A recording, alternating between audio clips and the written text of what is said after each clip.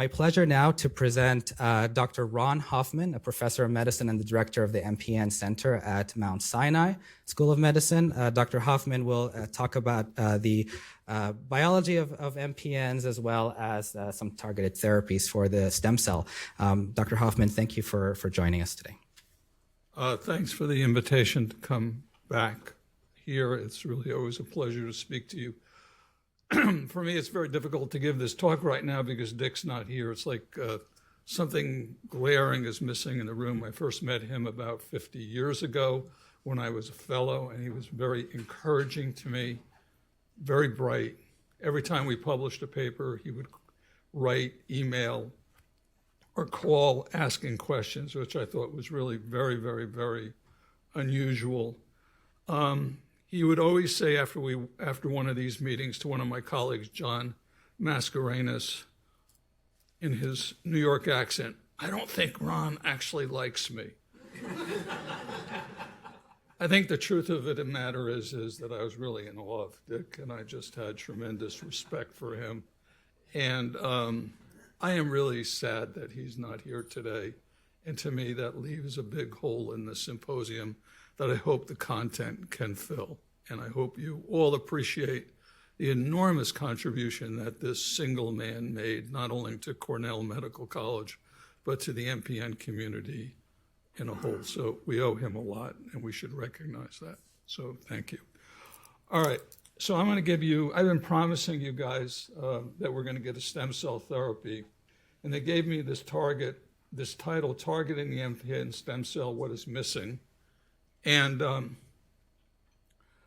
I hope I don't get too geeky, and if I do, just yell out and say, I really don't understand that, and I'll try and get less geeky, because actually I'm a geek, so I apologize for that. It's kind of out of style right now, but I think the geeks actually have made contributions. Here are my conflicts of interest. Most of this is research support that these companies have given to us, and that's an important lesson because we're not going to make progress unless we partner with pharma, and pharma is not our enemy. They are basically the people that are making these drugs. So I think it's really important that you understand that, and unfortunately, it's very expensive.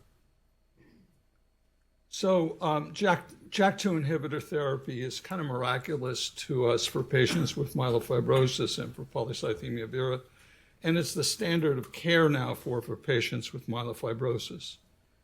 And remarkably, over a 15-year period, we have 4 FDA-approved JAK2 inhibitors.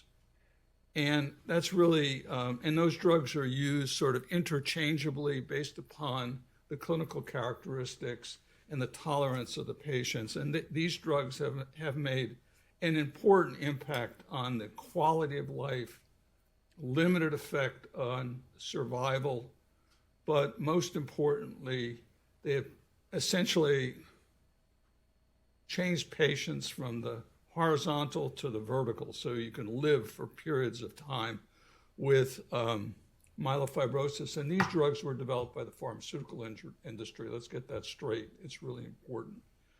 Unfortunately, they're not curative. And this slide basically goes over this. And inevitably, in one study at least, after about 5 years of starting Jakafi, which was the initial JAK2 inhibitor that was available and approved by the FDA, about 70 to 80% become refractory to this treatment. That is, they no longer respond or their disease progresses. And that is associated with an extremely poor survival. And the shorter survival is associated with patients at start and at end of at the end of therapy. And many of these patients who become resistant acquire additional myeloid gene mutations. These are defects in DNA that are associated with a variety of cancers. This is a really interesting paper that was really published recently about the mechanism of action, and I think gives us some understanding why JAK2 inhibitor therapy is effective, but why it's not curative. And what these investigators from Europe showed is that JAK2 inhibitors have remarkable contributions to the MPN therapeutic armamentarium, and present-day JAK2 inhibitor therapy, however, is not curative. And the answer is why? And how they answered this is a little geeky, but I'm going to go over this with you. They developed, there was a human cell line called BAF3, and they put the JAK2 mutation, JAK2 V617F mutation, into these cells, and then they transplanted them into mice. But using chemical mutagenesis, they also developed a mutation that was resistant to ruxolitinib. And they also transplanted those cells into mice. and both of those animal models developed a syndrome that was very, very similar to an MPN. And the most important data here is, as you can see, this is cell number and this is ruxolitinib dose. You can see that the mutated line, which is L902Q, is resistant to Rux, while the other line, the JAK2 V617F animals that got the mutated cells, is sensitive to Rux. So what did they do? They then transplanted both of these different animals and treated them to Rux. So if ruxolitinib was targeting the MF progenitor cell or stem cell, you would think that these resistant animals would not respond. And as you can see post-treatment, irrespective of the mutational status, ruxolitinib had a similar biological effect, even though the cells were resistant to ruxolitinib.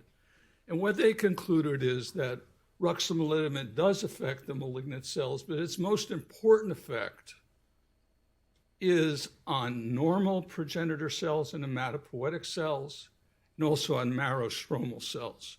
So it's not a stem cell inhibitor type trial. I don't expect you to read this paper in Nature Communications, which is a very geeky journal, but I really expect you to sort of understand. And if you go to the dermatologist, you know that this is correct because all the dermatologists are giving out this cream that's basically ruxolitinib for patients with eczema.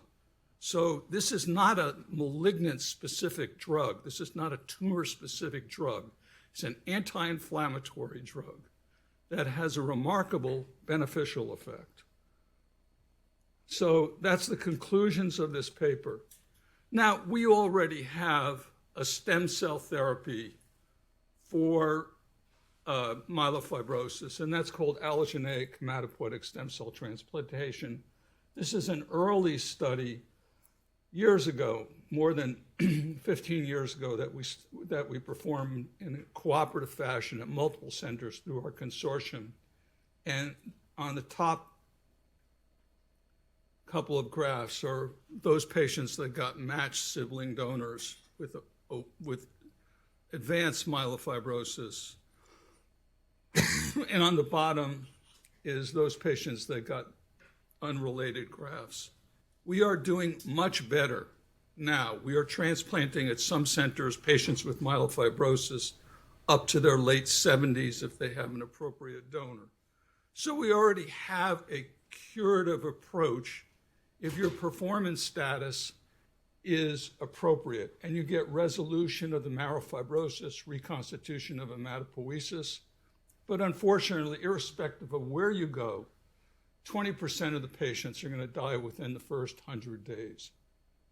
But if you've got a matched donor, or even if you just have a sibling or a child who's a haplodonor, your chances of getting cured with this stem cell therapy is somewhere around 50%.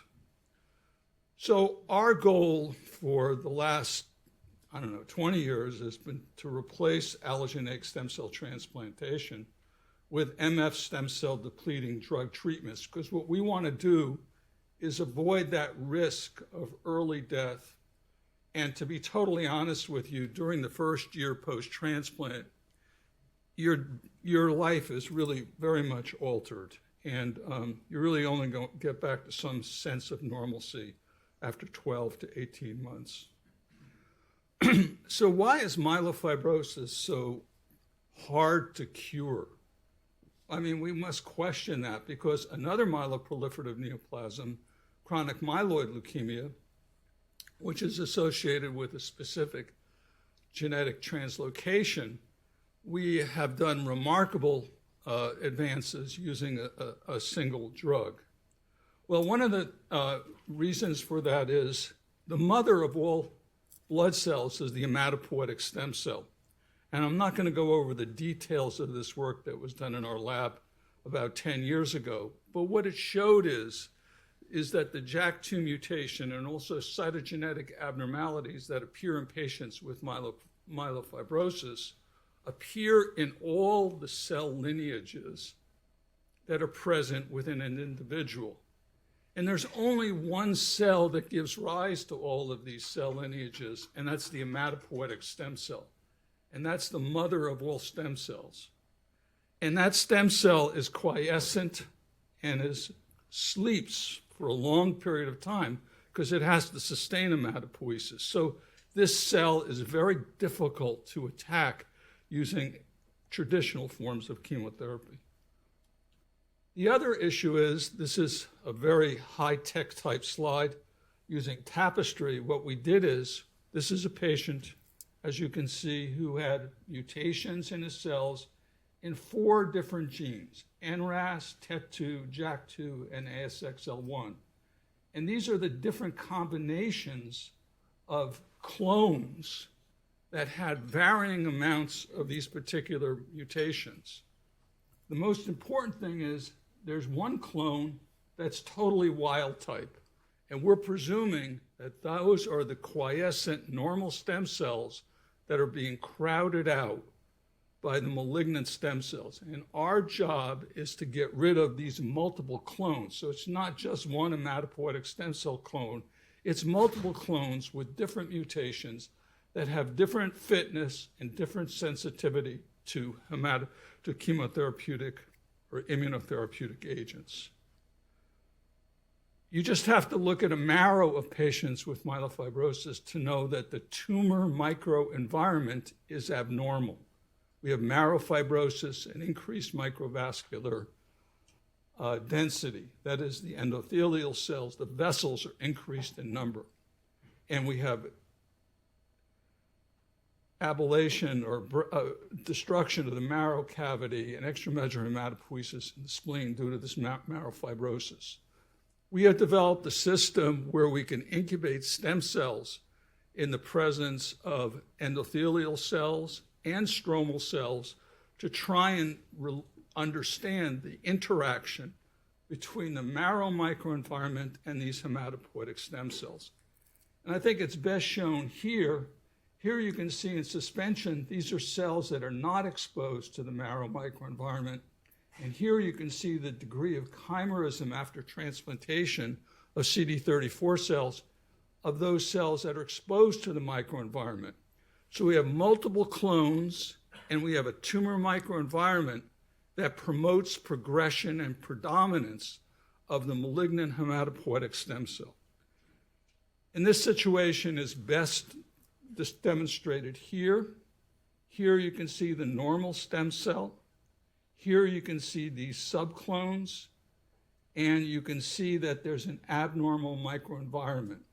And this abnormal microenvironment feeds on these malignant stem cells to promote them and essentially to deplete the normal hematopoietic stem cells. And our job is to mess that up. We've got to sort of break this vicious cycle, because this is what we're up against. The other strategy, the other approach that you have to be aware of is that this takes time. And I know, especially you patients who have this diagnosis, there's a long time from basic research to delivery. And that involves the basic research that's under attack right now, preclinical research that we do in our laboratory and Joe does here at Cornell, and then a variety of clinical trials, both phase 1, phase 2, and phase 3, and then eventually regulatory approval. And it's not unusual for that to take somewhere between 8 and 10 years. So these are the reasons why we have struggled to get stem cell therapies for patients: the actual disease and then the regulatory approval. So one of the big questions is, will a more effective JAK2 inhibitor deplete MF stem cells? So, and that is an approach that's been taken by this Ajax company, which has developed a type 2 JAK2 inhibitor, which stabilizes the active kinase conformation, and that that drug is now in phase 1 trials, and I presume the results will be presented at EHOP in the fall. So do we just need more JAK-STAT inhibition to cure the disease? Or are there other pathways that are evolved? And I'm sort of a believer that it's not all JAK-STAT, that there are other pathways that have been aberrant in this disease, and we need the drugs that affect those. This is a diagram of results that were presented by Andy Dunbar working in Ross Levine's lab across the street, showing that spleen weights with this drug, with this Ajax drug, are much more effective than ruxolitinib. So it's a better ruxolitinib. Whether that will translate to depletion of stem cells remains to be determined. What are the other candidate drugs that might deplete MF stem cells and prolong patient survival? Well, one of the most promising is a drug that is specific to JAK2 V617F. This is an oral inhibitor that was developed by Incyte, and it's thought to deplete MF stem cells. And that the first presentation of this was by Stubbs at ASH of 2023. And that's just 2 years ago. And that drug is in clinical trials right now. So that's a lot of progress. Another drug that is extremely exciting and is in phase 3 trials is a drug called imetelstat, which is a drug that inhibits telomerase. And patients with myeloproliferative disorders have shortened telomeres. That's the ends of their DNA.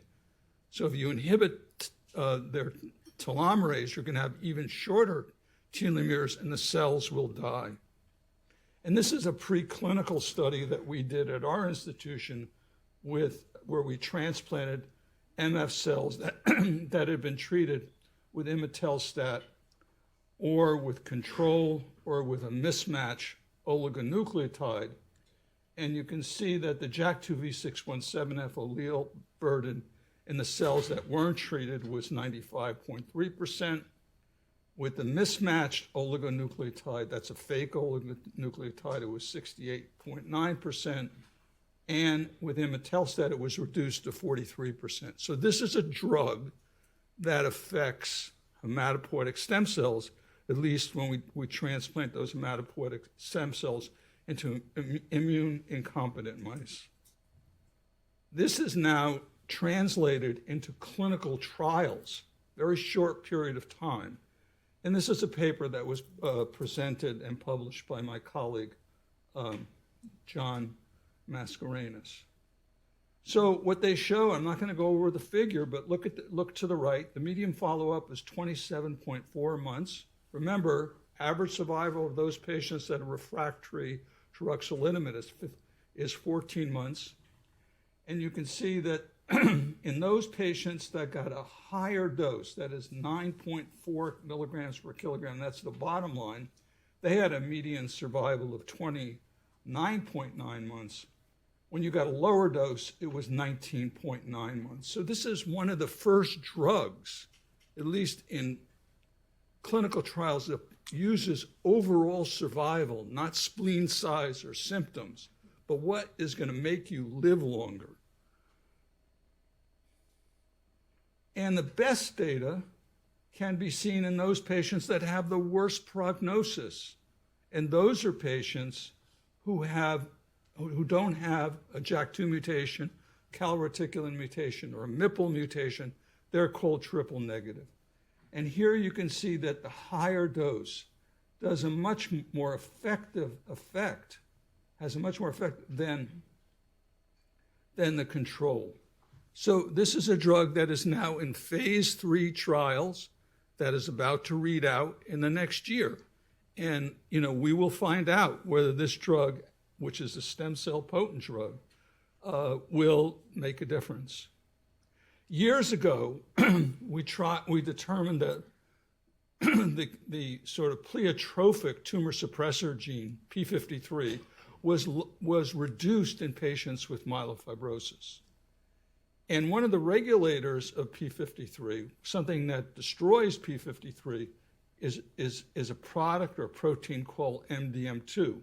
And you can see that that's sky high in patients with myelofibrosis. And in Nutley, New Jersey, Roche developed a drug that they called Nutlins. And it's important to me because I grew up in Passaic, and we used to bike all over that Roche compound. But there are now a number of these Nutlins that antagonize the protein MDM2 that essentially depletes P53. And what we've done is essentially a similar type thing where we've incubated cells with these drugs or control and then put them into immune deficient mice. These mice develop a syndrome that resembles human myelofibrosis, and then we essentially determine the amount of human cells, and as you can see, the gray is the higher dose of HDM201. You can see in comparison to the control, there's a massive reduction in the amount of malignant cells, stem cells, that are present in patients with myelofibrosis when they're transplanted after treatment with this Nutlin. This drug is now, or a drug like it, is now in phase 3 trials with the Cartos company. This is a paper that was published at Icahn in 23 from a very productive investigator at the University of Alabama, Pankit Bachani. Impressive. So what they show is, yes, their Nutlin is called navtemadlin, and it leads to clinical benefit in patients who no longer respond to JAK inhibitors, and it leads to a reduction in spleen size. Most importantly, the overall survival rates at 12 and 24 months were 80% and 64% presently. That's an extraordinary effect. One of the problems with this approach is that it's associated during the several days that you take it with GI toxicity. And we have alternative strategies to approach this, and that is to use a new class of drugs that don't antagonize MDM2, but actually degrade the protein.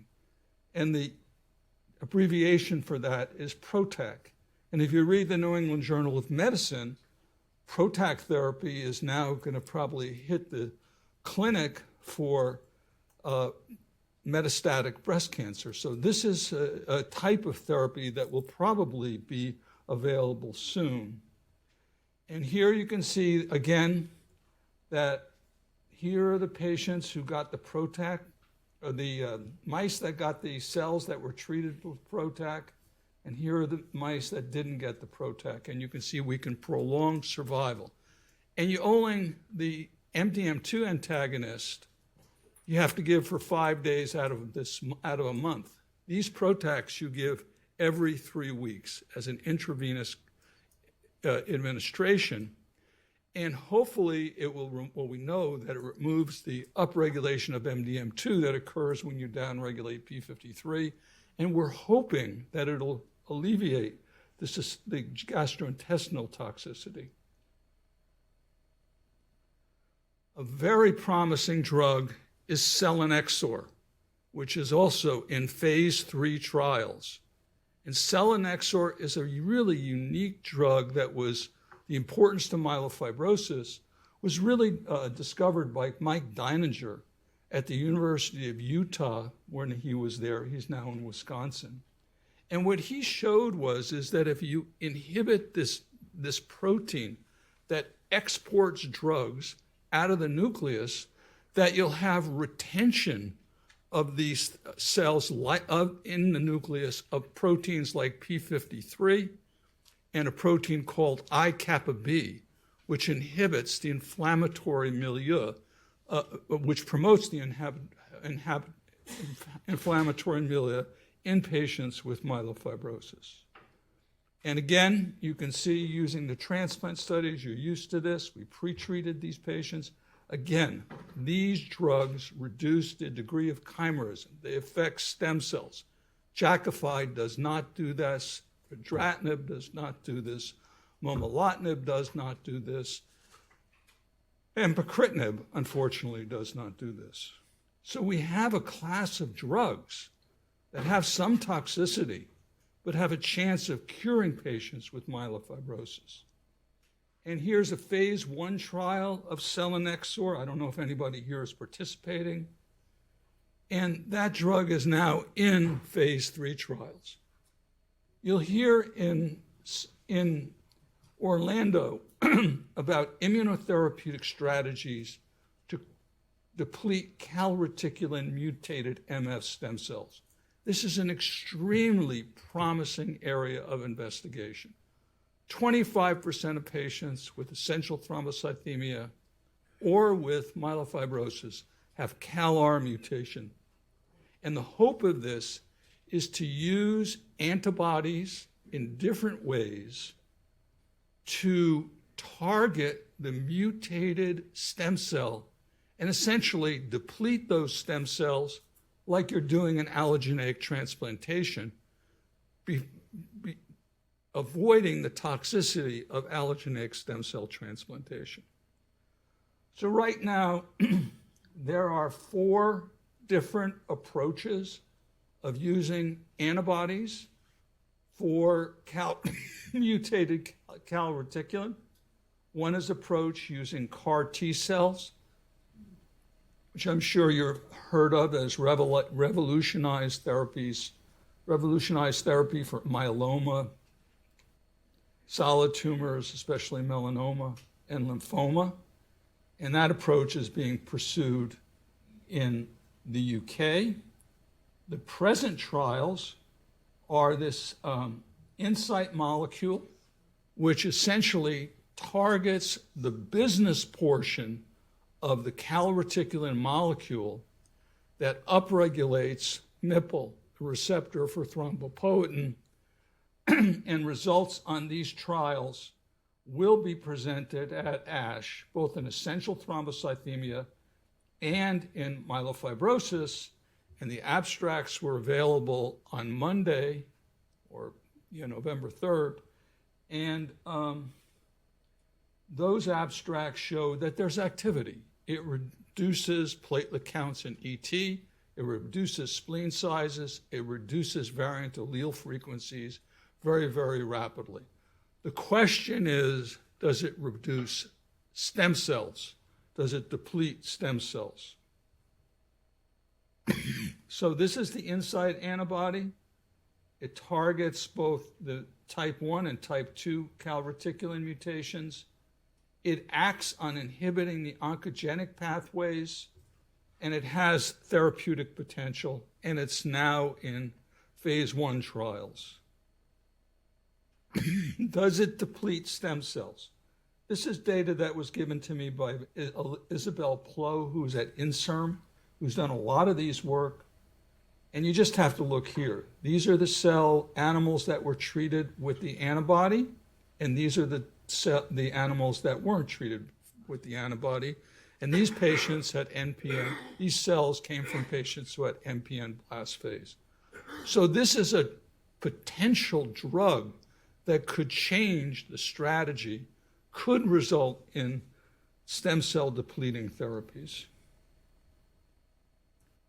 There's another drug that I was hoping would be presented at ASH, which is a BiTE. And a BiTE essentially is an antibody that targets calreticulin, but also brings T cells in combination in proximity to to the calreticulin positive cells.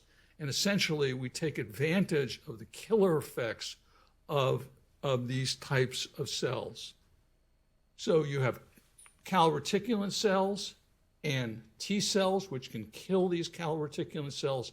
And this bispecific antibody brings those T cells in close proximity to the mutated calreticulin positive cells, potentially leading to cure of patients with calreticulin positive myelofibrosis. And hopefully at EHA this June, we will hear something about that. Now, there's one other approach, which I think is sort of brilliant. It's being pursued by a company called Prelude Therapeutics, which is down in Delaware, and also by Incyte. What they're using is, and I believe by Janssen, they are saying, the hell with the area that essentially causes JAK-STAT signaling. We just want an antibody that identifies the mutated calreticulin.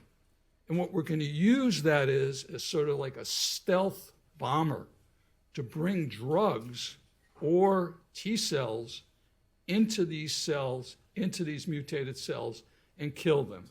And that's called antibody drug conjugates. And I think that is an area that has great, great promise in producing patients and producing meaningful cures of patients with myelofibrosis who have calreticulin positive disease. So I know you've waited a long time, and I know I've given this talk multiple times, and you'll probably think I'm totally full of shit, but there is progress. It's slow, but it's steady.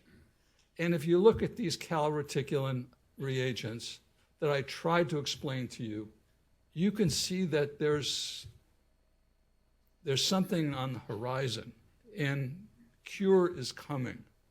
We just have to plod through it, and it's a long process. And I apologize for that process. I apologize for the holdback in medical research here in the United States, which we're going to pay a dear price for, but we're going to get there, and I would promise that to you. Thank you.